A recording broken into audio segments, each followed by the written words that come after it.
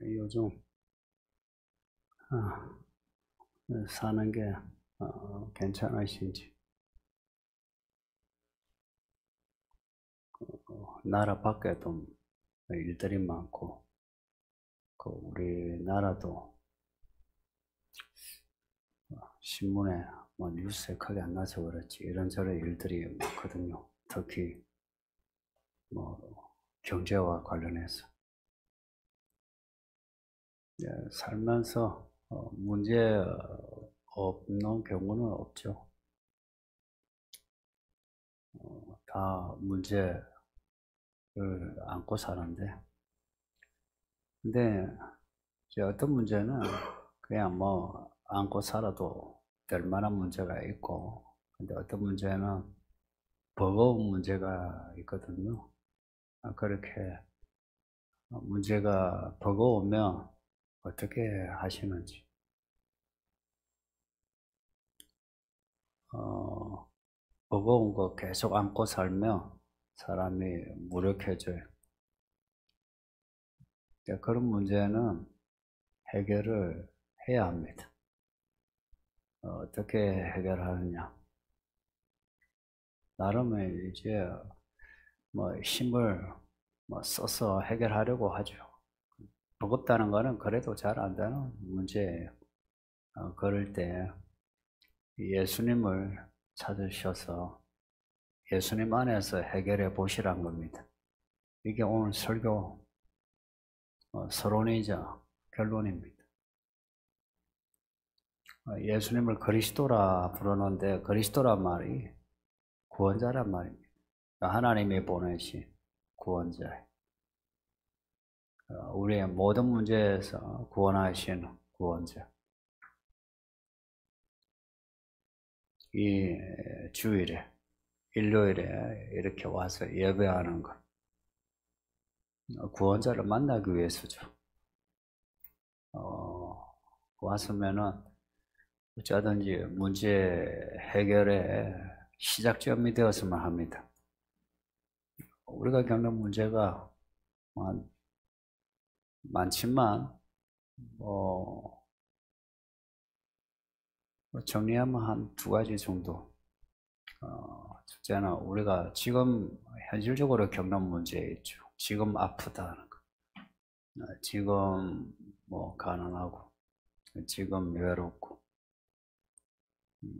자신이 아픈 것도 있고, 가난한 것도 있고, 또 오늘 본문에 나오는 사람처럼 자식이 아프고, 자식이 가난한, 혹은 부모가 그러한, 그로 인해서 인생이 힘든. 주로 이런 경우는 과거와 연결되어 있죠. 내가 내 부모 때문에, 남편 때문에, 아내 때문에, 혹은 내가 그때 그러지 않았어야 되는데 하는 것. 그래서 현재 고통을 안고 있으면 항상 과거와 얽혀 있고, 그래서 사람들과도 관계가 좋지 않습니다. 또 하나는 앞으로 이제 겪을 일들인데, 특히나 요즘 사람들은 노후에 대해 걱정이 많죠. 빨리 은퇴하고, 또 경제 난도 자꾸 예고되고 있고, 어떡하나. 그래서 돈을 이제 모으려고 하고, 또 부동산, 주식, 어쩌든지 이제 돈 모으는데 마음을 두죠. 또 제 나이에 어른들이 그렇게 많이 자격증을 많이 따요. 복지 관련해서. 그래서 투자, 서리자 하시는 분도 있고. 왜 그러겠습니까? 다 나중 위해서 그렇죠.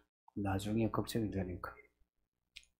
근데 그렇게 나중을 위해서 준비한다 해서 준비가 잘 되느냐?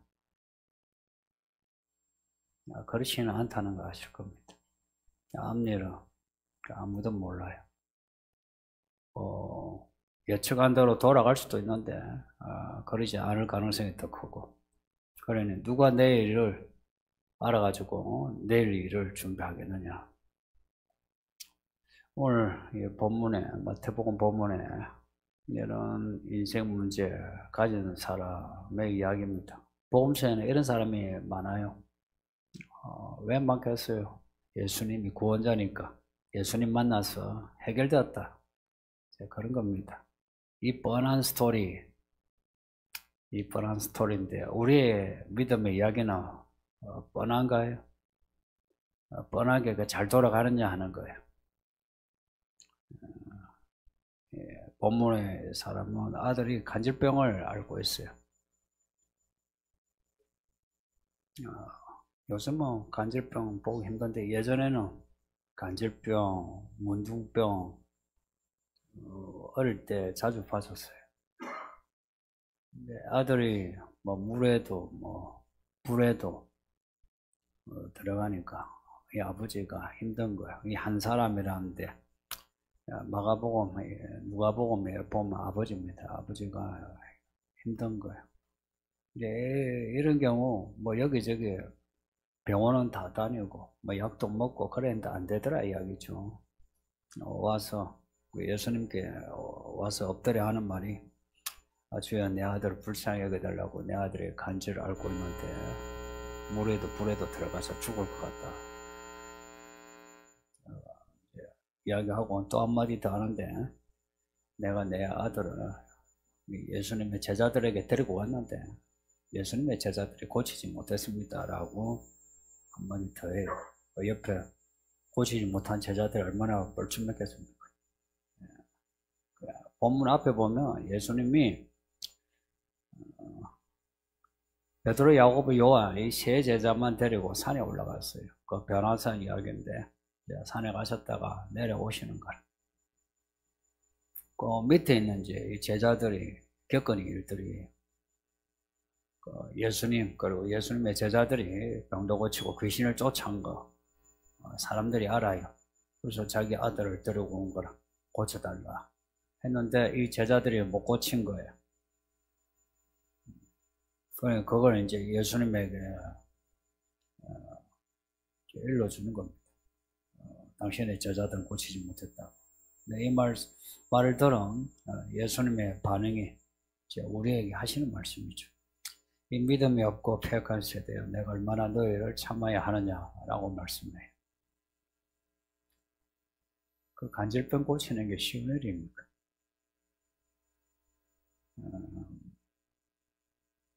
믿음이 없고 패역한 세대여 하는 것은 지금 이 말을 하는 그 간질병 아들의 아버지를 포함해서 제자들도, 그리고 제자들을 포함해서 또 그 시대 사람들 전체를 말합니다. 믿음이 없는 사람들아, 패역하다는 말은 삐뚤어져 있다는 것. 믿음이 삐뚤어져 있다는 것. 말씀을 들어도 삐뚤하게 듣는다. 왜 삐뚤하게 듣겠어요? 자기 마음이 삐뚤하니까. 가끔 여러분도 그런 사람 만나죠. 대화를 하다 보면 말을 비틀어가지고 말 꼬리 잡고 자꾸 시비 거는 사람 있죠. 이 패역하다는 거야. 하나님 말씀 그대로 믿으면 되는데 말씀을 자꾸 시비 거는 거 있죠. 앞에 보면 이제 마태복음 앞에 보면 이런 말이 있어요. 예수님에게 와가지고 하늘에서 오는 표적을 보여달라. 그러면 당신을 믿겠다. 이게 이제 이 패역한 모습의 대표적인 거예요. 보여달라. 그럼 믿겠다. 하나님 아들 예수님을 보고서 하늘로부터 오는 표적을 보여달라 한 것은 웃기는 거 아니에요. 지금 실체가 왔는데 그림자를 보여달라, 이 말이 됩니까? 지금 이 아들의 아버지 그리고 제자들이 믿음이 그렇게 온전하지 않다. 오늘 본문에는 이제 없는데, 마가복음을 요 구절은 참고해야 되겠어요. 예수님이 믿음이 없고 패역한 사람들아 라고 했을 때에 이 아들의 아버지가 불쌍히 여겨달라고요. 내 믿음 없는 거 믿음 도와달라고 그렇게 해요. 그것도 소리를 질러 믿음을 주소서 그렇게 했다. 이제 그 구절을 마태복음 여기에다가 넣어야 되겠어요. 제가 본문을 설교하면 다른 본문은 가능하면 보지 않거든요. 여러분의 말씀을 잘 들으지 않아요. 그 본문 자체에만 하려고 하는데 마가복음 그 구절 그 아버지가 도와주세요. 믿음을 주세요. 라고 했다. 그러니 예수님이 아들 데려오라 하시고 아들 이제 데려오니 귀신을 꾸짖는 거예요. 간질병이 걸렸는데 귀신을 꾸짖어요. 귀신이 나가고 그때부터 아이가 나았다. 간질병이 귀신이 들어가가지고 일으킨 병이다 하는 겁니다. 근데 복음서를 보면 이런 병이 많아요. 그냥 병인데 간질병, 뭐 문둥병, 소경, 보지 못한 귀신, 이제 그 귀신을 쫓아내니까 보게 되는. 그러고 보면 우리가 앓는 병들 중에 상당수가 귀신 때문에 병이 들었다고도 봐도 돼요. 저희 어머니가 4, 50년을 눈병을 앓고 있었어요. 그래서 본인은 이게 이제 나만 그런 게 아니고 다 뭐 이렇게 보이나 뿌여 이렇게 그렇게 보인다. 그 진단을 받아도 안과에 진단을 받아도 이상이 없는 4, 50년 그렇게 알았어요. 그러다가 이제 이거 완전히 덮이는 거예요. 그러니까 눈에 뭐 바위가 앞에 있는 것처럼 까매, 안 보이는 거예요. 그래서 어머니가 나중에 길을 잘 못 가셨어요. 길을 신호등도 못 보고 건너다가 차에 이렇게 받쳐서 뼈도 다치고 너무 힘드시니까 기도를 하셨어요. 그 전에도 기도하셨겠는데 이제 진짜 찐하게 기도하시고 나왔어요. 어느 날 이제 어머니 이제 집에 가서 한테 뭐 날짜를 보는데 달력을 이래 말씀하시는 거라. 근데 제가 안경을 껴도 제가 잘 안 보이는 글자에 그걸 보시고는 뭐 며칠 뭐 하시는 거. 어머니 보이냐? 그러니까 보인다. 그러면서 기도를 하는데 그 새까만 게 그게 없어지더라고.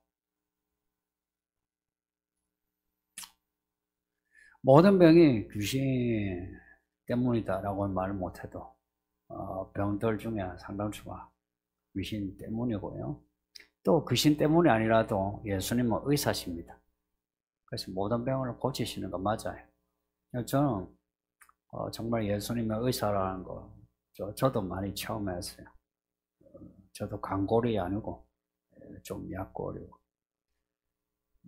뭐 체질도 그렇게 좋은 편은 아닌데 근데 예수님 고쳐달라 해서 예수님이 고쳐주시대. 뭐 귀신 나가면서 뭐 뒤집어져서 고쳐진 게 아니고 그냥 나왔어요. 여러분도 병이라든지 사고도 그렇고요. 사람 관계 깨지는 것 이거 무슨 문제든지 예수님께 나아가서 고쳐달라 하세요. 뭐 귀신 나가게 하시고 아니면 뭐 병이면 그 병을 낫게 하시고 저는 정말 예수님이 의사시라 믿어요. 그러니까 병원 가실지라도 가지 말라는 거 아니에요. 가실지라도 예수님께 도와달라고 먼저 하세요. 그러면 의사가 못 보는 거 예수님이 고쳐주시고 또 병원에서 못 고치는 거 고쳐주시고. 예수님이 믿음이 없고 폐역한 세대요라고 하신 거는 믿음이 없으니까 병을 못 고쳤다 하는 겁니다. 이 말씀을 받아들여야 됩니다. 그러니까 우리가 문제 해결하지 못하는 거, 뭐 다 하나님 뜻이지 이렇게 넘어가는 분이 있어요. 의외로 많은 분이요. 뭐 기도를 해보시죠. 기도하시죠. 뭐 이러면 다 하나님 뜻이지. 뭐 뜻이니까 내가 아프지 그래요. 그분이 하나는 알고 둘은 몰라. 그렇죠. 아픈 거 하나님 뜻이 맞아요. 그러면 왜 아프게 하셨겠어요? 왜 돈 문제 생기게 하셨겠어요? 왜요? 예수님께 와서 도와달라고 그렇게 하라고 그렇게 한 거예요. 그러니까 예수님 뜻이에요 하면서 가만히 있어요. 와서 기도를 하라. 엎드려서 부르짖어라. 그런 뜻이죠. 이 아들의 아버지는 믿음이 없는 세대여 이제 이 말씀을 듣고는 믿음을 주소서 해서 아들이 낳았어요. 아들이 낳았다 여기를. 성경에 믿음 있는 사람 결론은 해결되었다 결론입니다. 복음서 내용은 한결같아요. 하나님 뜻이네 평생 안고 살아라 하는 이야기가 하나도 없어요. 뒤에 바울이 평생 내게 주신 가시니 하고 살아가는데 그럼 여러분이 바울입니까? 본인이 바울 같은 사람이 아닌데 자꾸 바울 노릇을 하려고 해요. 아니고요. 복음서에 나오는 문제는 보면 다 해결된 거예요. 이제 제자들은 자기들이 해결하지 못했으니까 좀 뻘쭘하죠, 그죠? 이제 그 사람도 가고 이제 상황이 정리되고 조용히 예수님과 함께 있을 때에 참 조심스럽게 물었어요. 예수님, 우리는 왜 쫓아내지 못했습니까? 라고 묻는 거예요. 그 예수님이 하시는 이제 대답이 너희 믿음이 작은 까닭이다. 그래요. 그러면서 하시는 말씀이 너희가 믿음이 겨자씨 많은 믿음만 있어도 산을 옮길 건데 그런 겨자씨 많은 믿음도 없다. 그렇게 말씀해요. 이 제자들, 그러니까 그 사람도 아들의 아버지도 믿음이 없었어요. 그래서 믿음이 필요해요. 네, 이 고쳐주는 제자들도 믿음이 작다. 그 앞에서는 믿음이 없다. 부정어예요. 이제 제자들 믿음이 작다. 근데 겨자씨도 작은 거죠. 겨자씨만한 믿음, 그만한 믿음도 안 된다. 그러니까 겨자씨만한 믿음이 먹고 아무리 작아도 진짜 예수를 믿는 예수님이 아니면은 안 됩니다. 예수님 고쳐주세요 하는 그런 안에 믿음의 생기가 있는 믿음이에요. 근데 이 제자들은 그런 믿음이 없는 거예요. 이런 거 있죠. 전에 그 10장을 보면 제자들이 귀신을 또 쫓고 병을 고친 적이 있어요. 그때 해본 가닥이 있는 거라. 그러니까 지금 내가 병자 데리고 와, 내가 기도해 줄게. 이런 거죠. 가끔 목사님들이 그러고 권사, 장로, 교회 좀 오래된 분들이 약간 그런 치기가 있어요. 내가 기도해 줄 거야. 내가 기도하면 나 그래. 특히 이제 저 같은 목사들이 그런 경우가 많죠. 이 제자들 그렇게 했는데 안 되더라 이야기합니다. 그러니까 이런 예수님의 지적, 믿음이 없는 폐역한 세대요. 이거는 모두에게 하시는 말씀이거든요. 왜냐? 이 사람이 와서 제자들도 고치지 못했습니다. 제자들에게도 문제 있는 거 아니에요? 목사가 해결하지 못했으면 목사에게도 문제가 있는 거 아니에요? 그러면 믿음이 없는 세대에 하면은 모두가 똑같이 나를 불쌍히 여기소서, 내게 믿음을 주소서 이래야 되지, 그죠? 근데 여기에 이제 제자들은 체면이 있는 거죠. 목사 체면이 있지. 성도가 믿음을 주소서 하는데 목사도 같이 앉아가 나도 믿음을 주소서 하면 좀 그렇죠, 그죠? 이게 이제 사람 체면이에요. 그래 천국은 이런 체면 차리면 천국 못 들어간다 해요. 어떤 사람이 천국 간다고요? 어린아이 같이 그냥 그대로 받아들인 사람. 믿음 없는 사람아 이러면 어찌해야 됩니까? 믿음을 주소서 해야지. 이 믿음이 작은 사람아 하면 어떻게 해야 됩니까? 믿음을 키워주소서 그래야 되는 거죠. 의외로 믿음 생활은 간단한데 사람들이요 자꾸 딴 생각을 하니까 믿음 생활이 힘들어요. 이 본문에 마태복음 본문에 제자는 좀 그렇죠, 그렇죠? 믿음이 작은데도 불구하고 자기들이 뭔가 된 것처럼 이렇게 자기가 자기 계급장을 단 모습이에요. 이런 제자였어요. 근데 요한계시록을 이제 말씀드렸는데 요한계시록의 요한은 앞에 그 제자들이에요. 그 제자들 중 한 사람이라. 근데 요한계시록에 와서는 요한이 다른 모습이에요. 요한이 크게 울어요. 크게 울었다 이거요. 그냥 뭐 눈물 찔끔찔끔 하는 게 아니고요. 그냥 대성통곡하는 거예요. 그 요한이 이렇게 우는 거 자기가 뭐 아파가지고 뭐 자기 자식에게 문제가 있어서 이렇게 부르짖는 게 아니고요. 보좌에 앉은 하나님이 책을 가지고 있는데 글이 안팎으로 적혀 있어요. 근데 요한이 보니 이건 직감적으로 이거는 하나님이 이 땅에 하시는 일이다. 하나님이 하실 일이다. 그 1장 1절에 장차 반드시 속히 이루실 일들이라는 거 요한이 아는 겁니다. 하나님이 하실 일들인데 이걸 요한이 알고 싶은 거예요. 왜 알고 싶겠어요? 이걸 교회에 전해야 되거든요. 그러니까 하나님의 경륜을 교회에 전해서 교회 성도들이 이걸 읽고 듣고 배워가지고 준비를 잘해야 되잖아요. 그렇죠? 그리고 구약의 선지자에게 하신 말씀이 있어요. 하나님은 선지자에게 말하지 않고는 하나님이 일을 하지 않으신다 했어요. 그러니까 요한은 선지자거든요. 선지자인데 이 책에 뭔가 있어. 여러분 이 성경책에 보면 뭐 어때요? 성경 전서라 되어 있죠. 책에 글이 가득해요. 이거 보면서 알고 싶어요? 아니면 관심이 없어요? 봐요. 여러분은 알고 싶어요? 뭐 이런 거 없이 뭐 어려워 이러죠. 어렵긴 한데 알고 싶어 하는 게 그게 하나님의 종이에요. 그래서 교회 일꾼은 알고 싶어 해서 알고제비에 돼야 돼요. 성경 알고제비예요. 알아야 되겠어요. 가르쳐 줬어요. 도와줬어요. 뭐 이래야 되는 거예요. 요한이 이걸 보고 알아야 되는데 저걸 내가 들어야 하는데 근데 계신 아버지 하나님이 이걸 펼칠 뭐 생각이 없었신 것 같아. 누가 펼쳐줘야 돼. 대성통곡을 해요. 통곡을 하니 24장로 중에 한 장로가 보좌 주변에 있는 장로예요.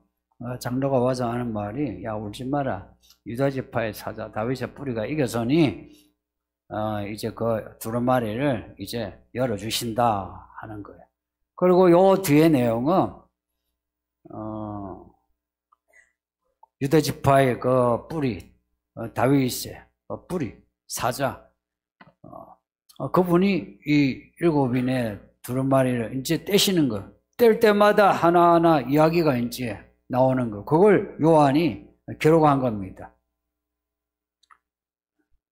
그래서 요한계시록이 된 거예요. 그 요한이 울고불고 해가지고 저 말씀 내가 알게 해주세요 라고 하지 않았으면 요한계시록이 없어요. 요한계시록 덕분입니다. 누군가가 우는 사람이 있어야 하는 거예요.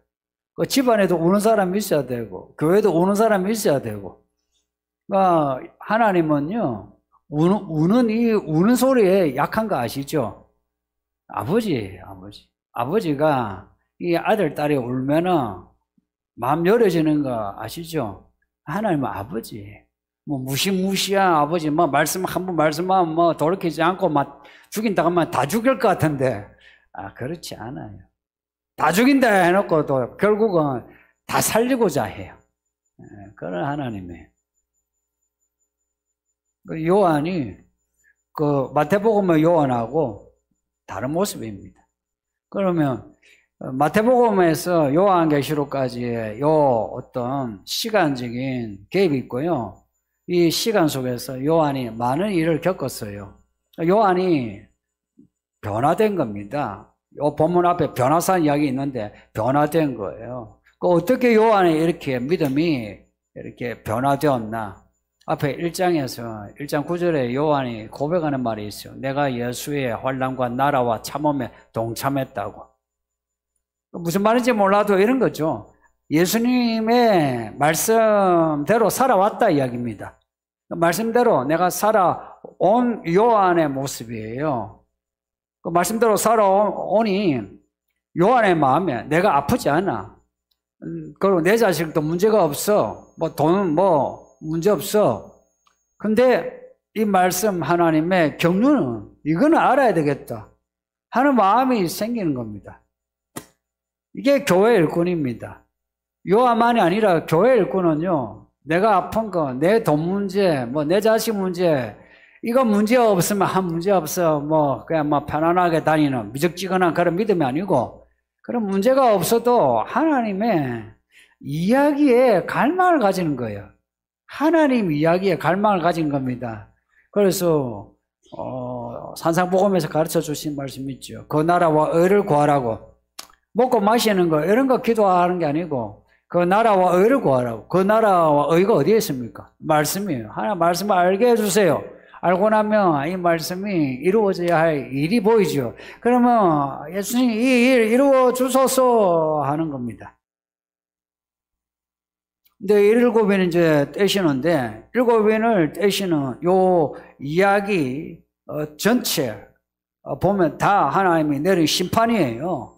무시무시한 심판인데, 근데 이 심판 속에 하나님이 마치 그 안에 액자에 뭐 집어넣는 것처럼 하나님이 이 일을 하실 때에 결과가 어떻다 하는 거 중간중간에 넣어 놓아요. 예를 들어서 7장에 14만 4천 나와요. 14장에도 나와요.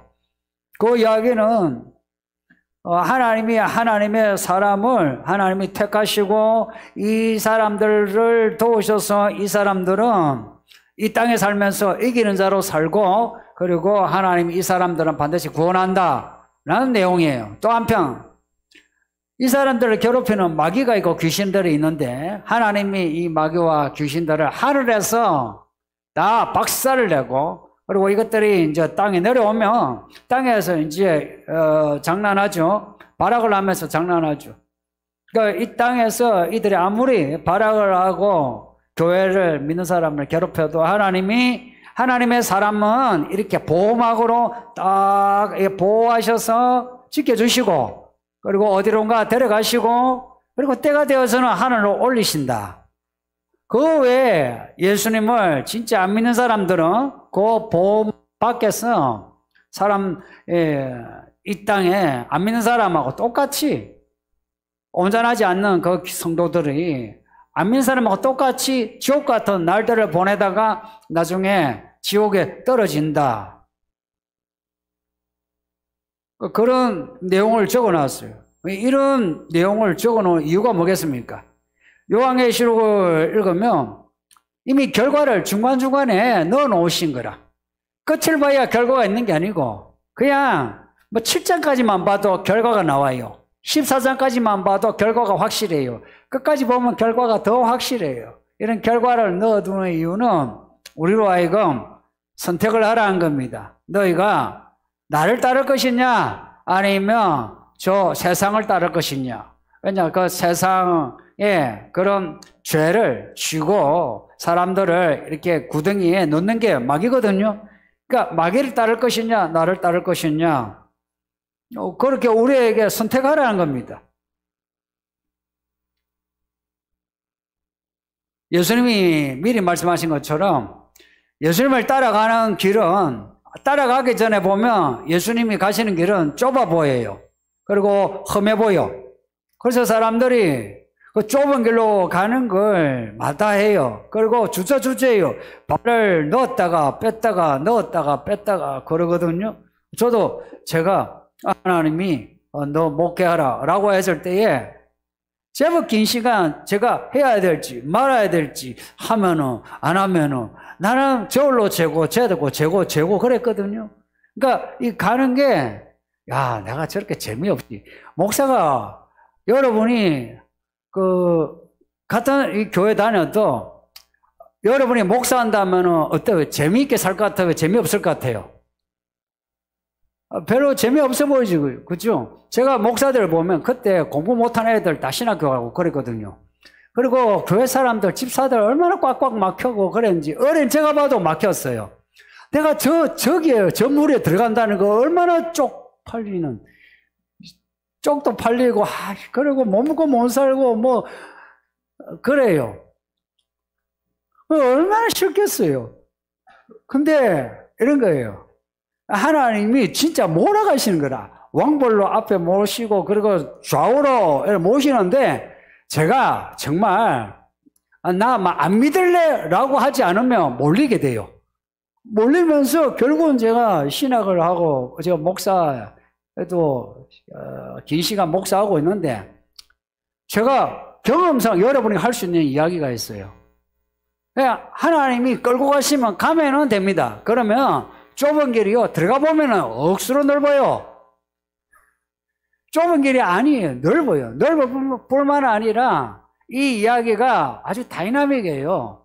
그냥 뭐 잘 먹고 잘 사고 막 끝나더라. 이런 단조로운 이야기가 아니고 하나님의 이야기는 있잖아요. 아파도 아픈 걸로 끝나지 않아요. 가난해도 가난으로 끝나지 않아요. 외로워도 외로움으로 끝나지 않아. 그 모든 이야기가 예수님을 만나게 하는 통로가 돼요.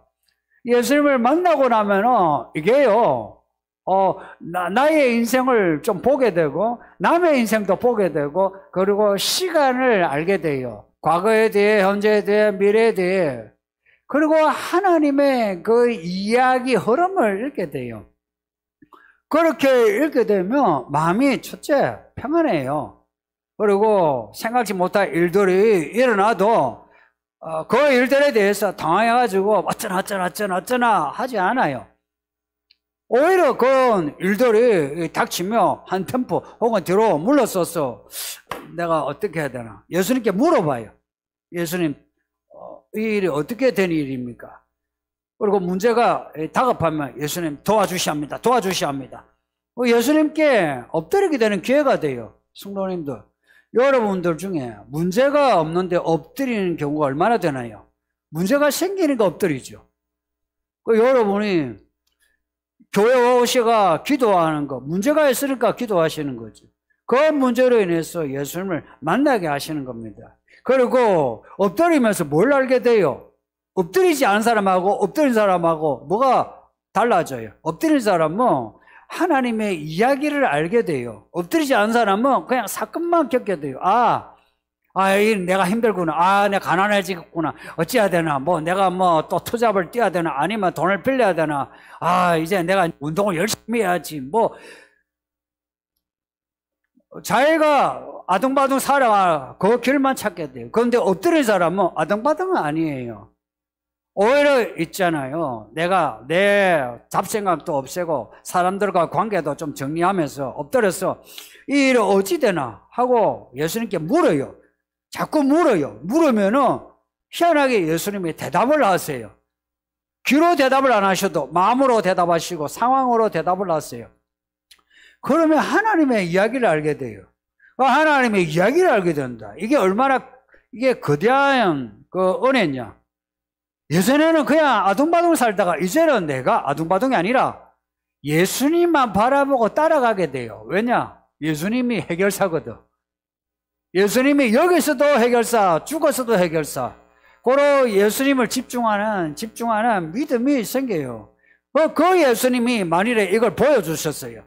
야, 봐라 해놓고는 이걸 안 가르쳐주면 어떡해요? 요 5장의 내용이 어떠냐면 보좌에 앉으신 하나님이 요한에게 두루마리를 보여준 거예요. 4장에서는 안 나와. 근데 5장에서 보여주셔. 요한은 봤어요. 봤는데 요한은 알고 싶은 거라. 보여주시는 거라. 그리고 우리의 마음에 이 말씀을 알고자 하는 그런 마음, 믿음을 주시는 거라. 하나님을 경험한 사람은 하나님의 말씀을 알려고 해요. 왜냐? 그 말씀이 내게 하시는 말씀이요. 그리고 그 말씀이 내게 하실 일들이거든요. 성도님들, 요한계시록 1장 1절이 뭐냐면 반드시 속히 될 일들이라 했어요. 창세기 1장 1절이 뭐냐? 하나님이 계시더라 이런 게 없어요. 그냥 태초에 하나님이 천지를 창조하시니라 사건이 나와요. 성경은 처음부터 끝까지 사건입니다. 이 말 우리에게 준 사건이에요. 이 사건을 통해서 우리는 하나님의 이야기가 이러하고 내가 어디에 있다는 거. 그래서 이 자리에 필요한 것은 하나님의 신호예요. 어디로 가야 됩니까? 어디로 가야 됩니까? 어떻게 살아야 합니까? 이걸 하나님께 물어봐야 돼요. 그 하나님은 누구시냐? 말씀하시는 하나님이에요. 말씀하시거든요. 그 말씀을 듣고서 우리는 내가 어느 좌표에 있고 그리고 하나님이 내게 하신 일이 이러하다를 알고 준비하는 겁니다. 그래서 예복을 준비하는 거예요. 인생 각자 인생은 많이 다르고요. 그리고 각자들마다 내 인생이 가장 힘들 것 같죠. 맞아요. 당신 인생이 제일 힘들어요. 맞아요. 각자 인생 제일 힘들어요. 그러니 그 힘든 인생 누가 못 도와줍니다. 예수님만 도와줘요. 몸 아프면 예수님께 고쳐달라 하시고, 돈 없으면 돈 달라 하세요. 그리고 직장, 이직, 결혼, 자녀 문제, 부모 문제 누가 해결을 해주지 못해요. 예수님이 터치하면 말씀하시면 되거든요. 저는 정말 그렇게 믿어요. 여러분도 저와 같이 그냥 그렇게 된다고 믿어주세요. 그렇게 해서 인생 살아가는 동안에 행복하세요. 앞으로 많은 일들이 일어날 건데, 오늘 아침에 어제 이스라엘하고 팔레스타인 이제 전쟁이 시작되었다 그렇게 나오는데, 있죠.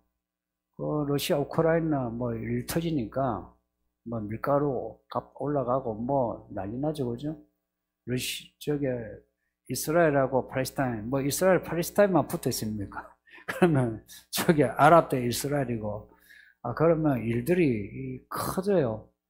앞으로 세상 많이 바뀌거든요. 불안해하지 마시고 두루마리 잘 배워서 믿음의 길로 갑시다. 말씀 생각하면서 기도할까요? 다 같이 기도하겠습니다. 아버지 하나님 감사합니다. 이 주일에 예배하게 하시니 감사합니다. 믿음을 주셔서 우리 예수님